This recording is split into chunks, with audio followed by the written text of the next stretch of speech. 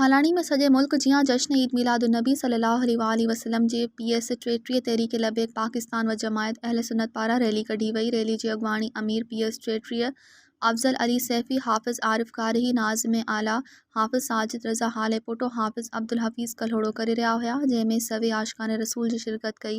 हर तरफ़ मरहबा या मुस्तफ़ा सरकार जी आमद मरहबा, आका जी आमद मरहबा जे नारनि सां फ़िज़ा गूंजंदी रही। जॾहिं त ईद मिलादुन्नबी जी रैली इलाइक़े जे मुख़्तलिफ़ शहरनि जो गश्त करे शहर जे मुख्य गेट ते पहुती, जिते मुक़ररन मौलवी मोहम्मद अमीन कारही मुफ्ती अकरम क़ादरी ख़िताब कंदे चयो त 12 रबीउल अव्वल जो ॾींहुं असां मुसलमाननि लाइ बाबरकत ख़ुशी ऐं ईद जो ॾिहाड़ो आहे। ॿिन्ही जहाननि जे सरदार हज़रत मोहम्मद मुस्तफ़ा सल्लल्लाहु अलैहि वसल्लम जी आमद काइनात लाइ हिकु ख़ुशी जो बाइस आहे।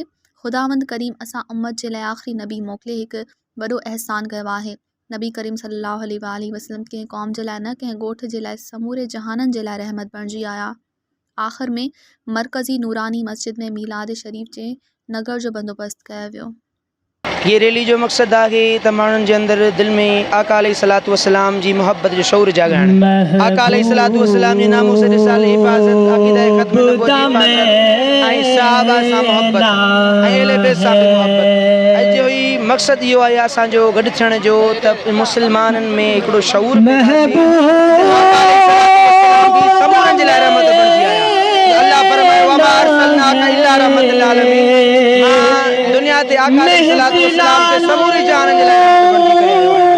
जी त तव्हांखे बख़ूबी इल्मु आहे त जमायत अहले सुन्नत जे तरफ़ां नूरानी मस्जिद मरकज़ी मस्जिद मां हर साल जीअं 12 रबीउल अव्वल ते महबूब मदीने वारे संगी सरकार में रैली कढी वेंदी आहे, उन ई साल वांगुरु हिन साल बि महबूब जी आमद जी ख़ुशीअ में रैली कढी वई। तहरीक लबैक जे प्लेटफार्म तां अमीर PS 33 जी ज़ेर क़यादत अमीर PS 33 हाफ़िज़ अफज़ल अली सैफ़ी, सर नाज़िम आला साजिद अली हालेपोटो, सरफ़रस्त आला हाफ़िज़ आरिफ अली कारी जी क़यादत। जिंदाबाद जिंदाबाद मन सब्बा नबियन फ़क़्दुलु लब्बैक लब्बैक लब्बैक या रसूल अल्लाह। जीअं त अवां सभिनी खे ख़बर आहे, हर साल जी तरह हिन साल भी तहरीक लब्बैक या रसूल अल्लाह PS 33 जी तरफ़ां सरपरस्त आला हाफ़िज़ अफज़ल अली सैफ़ी, नाज़िम आला साजिद रज़ा हालेपोटो ऐं अमीर हाफ़िज़ अफज़ल अली सैफ़ी ऐं सरपरस्त आला हाफ़िज़ आरिफ अली गाड़ी साहब जे सरपरस्ती में रैली कढी वई आहे। मज़ीद ख़बरनि ऐं तफ़सीलात लाइ विज़िट कयो असांजी वेबसाइट www.awamiNewsHD.com ऐं ॾिसंदा रहो अवामी न्यूज़ HD।